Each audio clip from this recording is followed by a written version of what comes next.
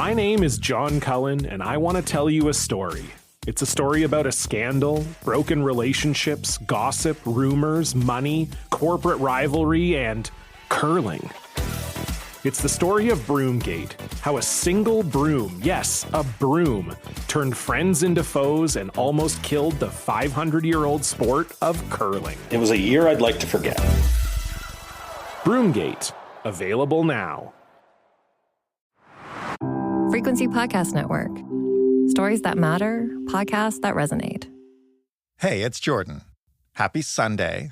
And here, as promised, is another one of our favorite episodes that you may not have heard. This one's a little older.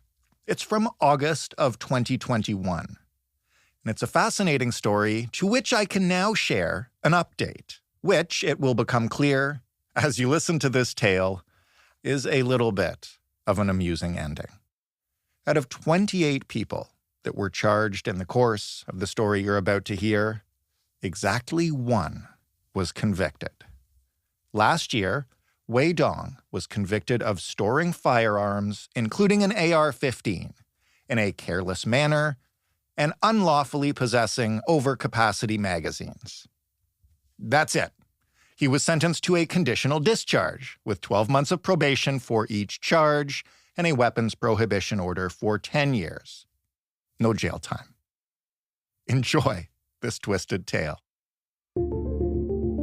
You'll probably remember hearing about the story that's at the center of today's episode. If you remember it, you'll probably even imagine that you knew how it ended. But you'd be wrong. First, I will refresh your memory. Here you go. It was an investigation that lasted months, dubbed Project Endgame by police.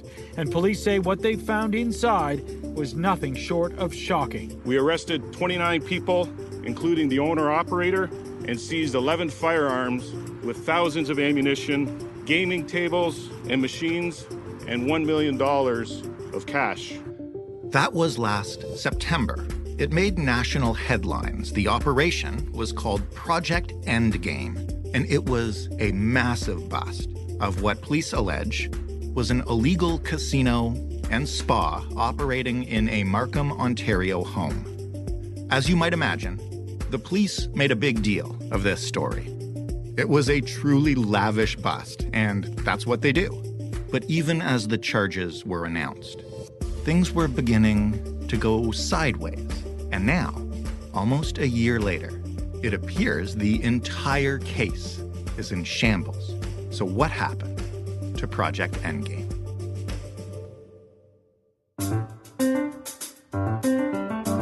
I'm Jordan Heath Rawlings. This is The Big Story. Leah McLaren is a writer and reporter based in Toronto. She has been following this case for almost a year now, and she wrote about it in Toronto Life. Hi, Leah. Hi, how are you? I'm doing really well, and this is a fascinating story. Maybe you could just start by kind of centering us. Tell me about the house on De Courcy Court. Where is it? What is it like? Well, I've never been there personally, but from what I have gleaned from many real estate listings and Google Maps, is that basically it's a what you would call a giant McMansion on a very sort of exclusive, secluded cul-de-sac in Markham. And Markham, as most of your listeners probably know, has a huge proportion of, there are a lot of like gazillionaires who live out there in these giant houses. Mm-hmm. And this one in particular, number 5, De Courcy Court, was about 25,000 square feet. It had, it basically was decorated in this sort of unbelievably Baroque style. It looked like something out of the Kardashians, basically. It was huge. There was a lot of marble. There was a lot of gilt. It was massive. So it was one of these, and it was fairly recently built. I think it's only about 5 years old. So it's a new build. We've all driven by these places, but this one was kind of special. Who bought it? And tell me a little bit about the person who purchased it. So a few years ago, a man named Wei Wei purchased 5 de Courcy Court. Now, Wei had come into Canada about 10 years earlier. He immigrated from mainland China with his family. And he was a property developer. He came in on what's called an entrepreneur visa, which is essentially a visa that rich foreign nationals can buy if they agree in advance to invest millions of dollars in the Canadian economy. So it's not really a normal visa. Right. Not that many of them are handed out. But Wei had made a fortune in construction and property development in Hefei, a sort of interior province of China, actually quite a poor province that had recently gone through a huge boom, during which he made a lot of money. And he used that money to come to Canada. And he arrived here and began to invest in various properties in the Toronto area and also some in BC. And he set up a lot of friendship associations, which were sort of networking associations for students from his region of mainland China at university. And also, there's just obviously Canada has an enormous Chinese diaspora who are connected either first, second, third generation to mainland China and Hong Kong. And he was very active in that world. So he didn't live in 5 de Courcy Court, though. He lived in Vaughan, which is just a few miles down the road. Which brings me to the obvious question. Why did he buy the house? And allegedly, I guess, according to police, what was he using it for?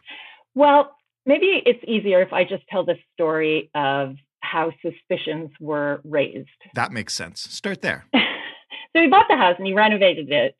He installed an enormous septic system that was almost industrial size.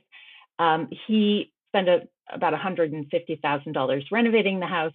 He never seems to have intended on living there.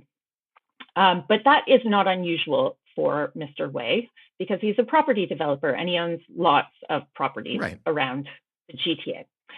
So maybe he's just, doing it up to flip it, right? That happens. And so what happened was that Toronto went through its first lockdown, like the rest of the world.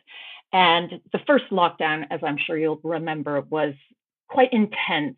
People were very anxious and everybody had their, what was it in Canada, the 1 hour of daily exercise. And on some passersby, dog walkers, people jogging, noticed that 5 de Courcy Court, there was some interesting activity going on there.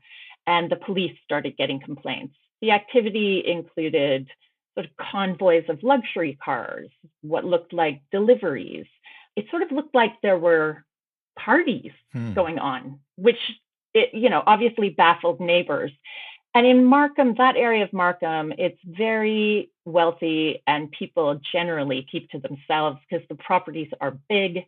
They are separated by acreages.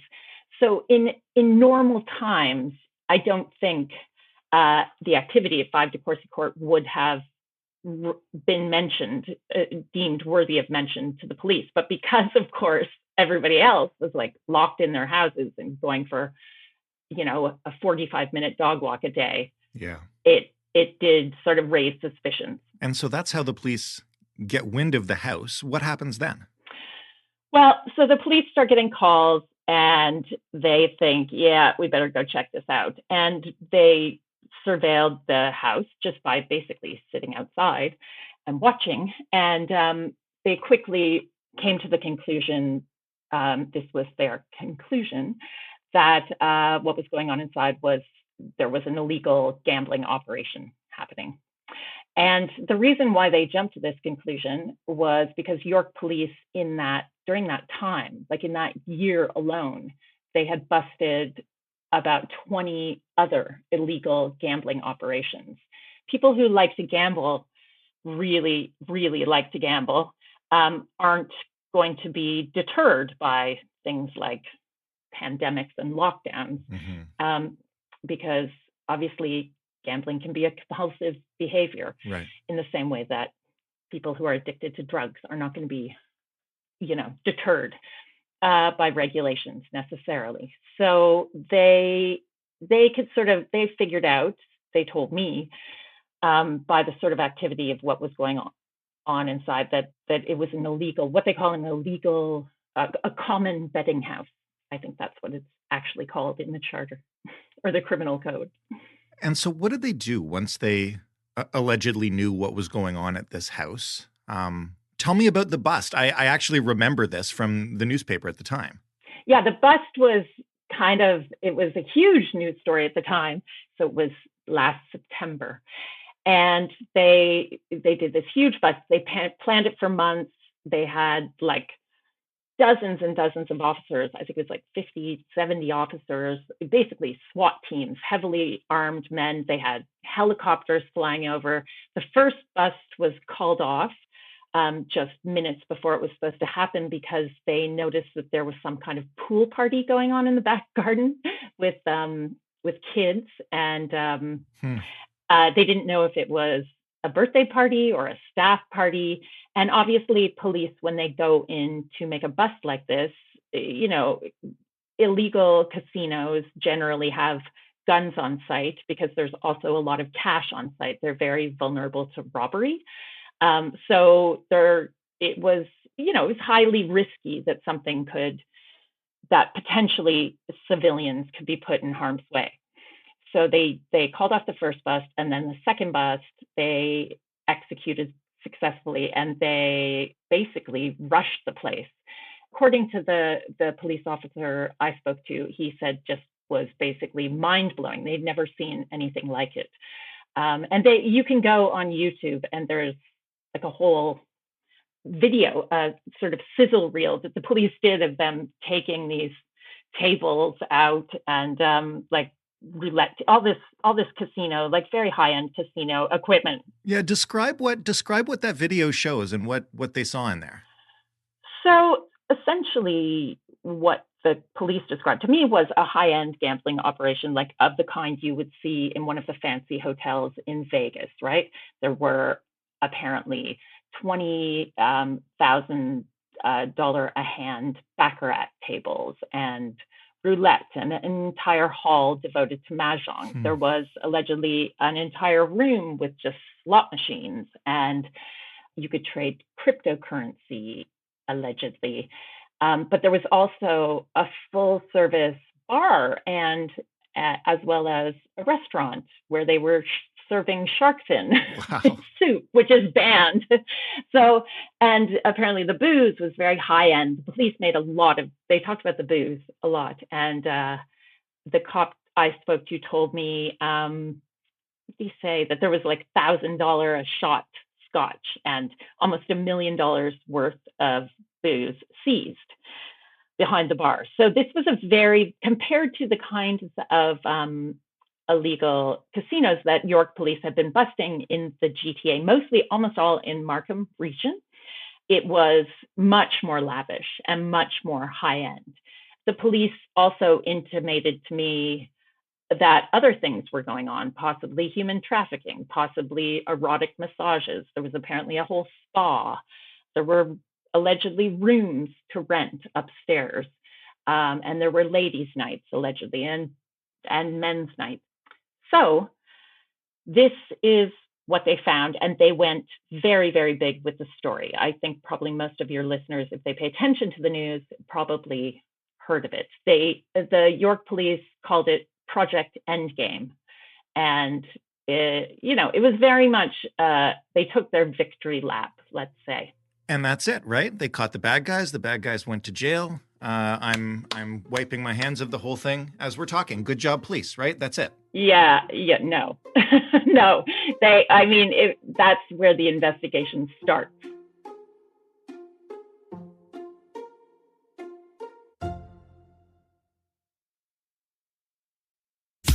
My name is John Cullen, and I want to tell you a story. It's a story about a scandal, broken relationships, gossip, rumors, money, corporate rivalry, and curling. It's the story of Broomgate, how a single broom, yes, a broom, turned friends into foes and almost killed the 500-year-old sport of curling. It was a year I'd like to forget. Broomgate, available now. So what happens next? So then they bag up all the evidence and they take it back to, the station. And then, the Crown has to actually build the prosecution. But they arrested like almost 50 people, but they only laid charges against Mr. Way and his wife and his daughter, who's in her 20s. And they also laid charges against his associate, one of his associates, as well as a bunch of people, guests and staff were charged with minor offenses of like working in a common gaming house or being guests in an illegal casino, essentially. But the major charges that were brought were against Way and also his associate, who was a younger guy. And those were quite serious. Those were possession of illegal firearms, which carry a mandatory prison sentence. And the case, obviously, the prosecution case looked really strong. I mean, they had this huge cache of evidence. Right. And the police they were obviously very, very confident. They were talking not just to me, but to many members of the media, which police often don't do as a matter of course in an open investigation. So they clearly felt that they were in a strong position. And also, I might add, there was a lot of other buzz in the Canadian media about possible connections that Way had to high levels of government. He'd met with Trudeau twice as part of some of his networking organizations have made donations, not obviously directly to Trudeau, because foreign nationals cannot actually make donations to Canadian political parties, but he had been part of a sort of envoy who had made a donation to Trudeau's private foundation, so his charitable arm. So, there were these kind of connections being made, and people were raising questions about money laundering. And in a country like Canada, where you have a high degree of public trust in general, and people don't think of Canada as a place where much organized crime goes on or nefarious business, it was sort of raising a lot of questions about that, like how, I mean, I'm not sure if you're familiar, but out in BC at the time, there was a big, the Cullen inquiry was going on, which was a huge money laundering casino inquiry into a sort of network of casinos that were clearly laundering money. So what happened as the police continued their investigation to try and build a case, which, to your point, should have been pretty open and shut, because police generally don't put all that stuff out there and put out slick videos if they're not pretty confident that this is done? Well, yeah, exactly. It looked like it was going to be a cakewalk. But meanwhile, obviously, Mr. Way obtained his own counsel. So he has in-house counsel, but he also has Danielle Robitaille from Marie Heenan's firm. Danielle Robitaille is probably best known to the Canadian public as one of Jian Ghomeshi's defense lawyers. She was co-counsel with Marie Heenan in that case. Right. But she also does a lot of corporate stuff.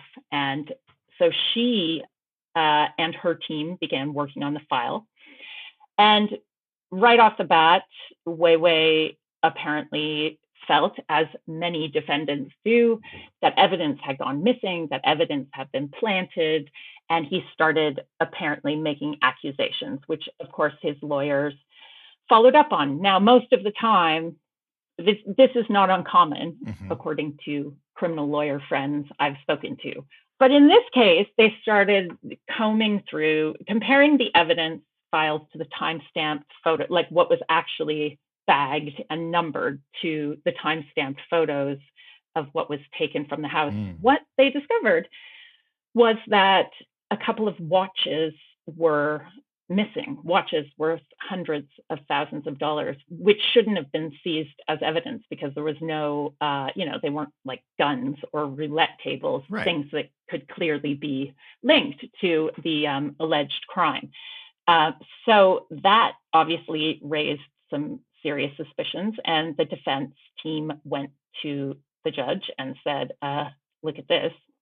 And also, even more damning was the fact that Wei's team alleged that a gun holster was actually planted in his bedroom.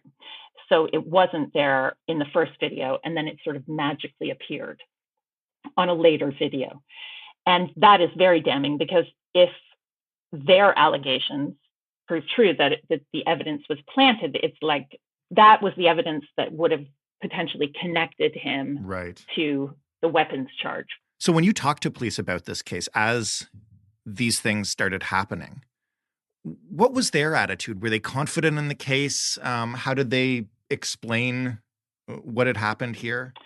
Well, the police were, so I was in the middle of writing this big magazine story, which was basically going to be about this amazing, heroic bust. Right. And then suddenly, it was literally, I was like just about to go into copy editing after months and months of work and reporting work on this piece and research I'd done into Wei and his business in China. And I dug up all this stuff. Anyway, and then suddenly all the charges were dropped because basically the defense counsel successfully raised enough doubts that they threw the entire police case against Wei, particularly, and also the charges against his wife and daughter were dropped. The rest of the charges are outstanding, I would like to say, including the weapons charge against his associate, which is kind of weird, because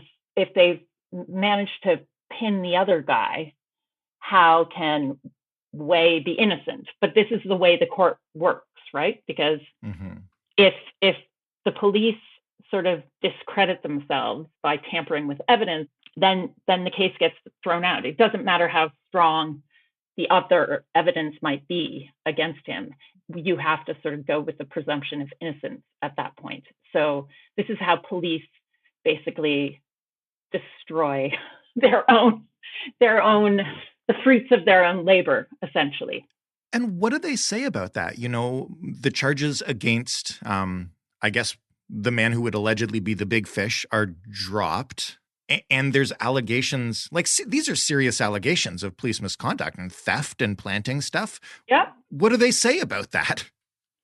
Well, I mean, I talked to Superintendent Mike Slack, who was in charge of the bust, and he was completely breezy about the whole thing. I have to say, I was slightly shocked, because it seems to me that, he just sort of said, well, we're still satisfied with this result, and now we're just going after the other guy. And he really didn't offer any response to the allegations of misconduct. Obviously, the Police Complaint Services Board is sort of looking into that. So there will be some kind of they did an internal investigation, York Police, which came to nothing, unsurprisingly.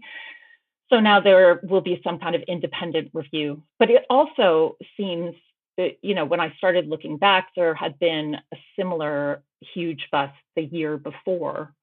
That one even bigger than Project Endgame, which was a huge organized crime money laundering bust where they seized like a bunch of houses and all these luxury cars, and they connected all these people. It was like this web. And similarly, there was enough evidence raised by the defense of police misconduct and tampering that the case was thrown out, the whole thing. It then sort of became this whole other story, like, what the hell is going on with York Police? But it's so much more fascinating this way. I mean, everybody, I think, is kind of used to the, guns and money on a table and slap the officer on the back kind of story from this. And this had that. And then, I think probably almost anyone who saw that forgot about it until all of a sudden there's no case. So in the end, I guess, what did police get out of this? They shut down the gaming house. So, I mean, that's a positive, I guess. But what happened to all the stuff they took out of the house? All the money, weapons? Well, they had to give back. That's interesting. They had to give back. They made a big deal about how they sort of hit him in the wallet way. at least, because he lost his share of the house, which was later sold, unsurprisingly, with Toronto real estate at a huge profit, only 5 years after he bought it. Of course. But his wife kept her share. So, and the province got the rest, but also there was a mortgage. I don't know how big it was, but, the province may have gotten back, or Her Majesty, as they say, may have gotten back very little in the end. So apart from a few fines, but really in the end, it's hard to understand if you just assume for a second that the police were corrupt. It sort of boggles the mind. Like, why would you, the case is so strong, why try to make it stronger? You talk to criminal lawyers and they will tell you, well, often the police aren't that smart, but that's the kind of thing lawyers say, because criminal lawyers aren't big fans of police. Yeah. What I ultimately found about this case was that it was just quite depressing for the people of Ontario, because nothing gets exposed, right? The Crown and the police don't get to the bottom of it. There is no real justice done. Will we get to the bottom of the alleged police corruption? Who knows? That's still in play, but it seems unlikely. I thought it was sort of sad as a journalist, because you want to find out the truth. It's a whole lot of nothing to come out of a great big flashy bust. Leah, thank you so much for taking us through it and for your work, I guess, writing this story twice by now. Thank you. Yes, it was a pleasure, and it was a pleasure to chat. That was Leah McLaren writing in Toronto Life a few years ago. And that was the big story. As I mentioned, one conviction out of 28 people charged. Hope you enjoyed this episode. You can always scroll way, way, way, way back in our feed and find other ones you might like if you're new to us. Thanks again for listening. I'm Jordan Heath Rawlings. Brand new, fresh episode of The Big Story tomorrow. My name is John Cullen, and I want to tell you a story. It's a story about a scandal, broken relationships, gossip, rumors, money, corporate rivalry, and curling. It's the story of Broomgate, how a single broom, yes, a broom, turned friends into foes and almost killed the 500-year-old sport of curling. It was a year I'd like to forget. Broomgate, available now.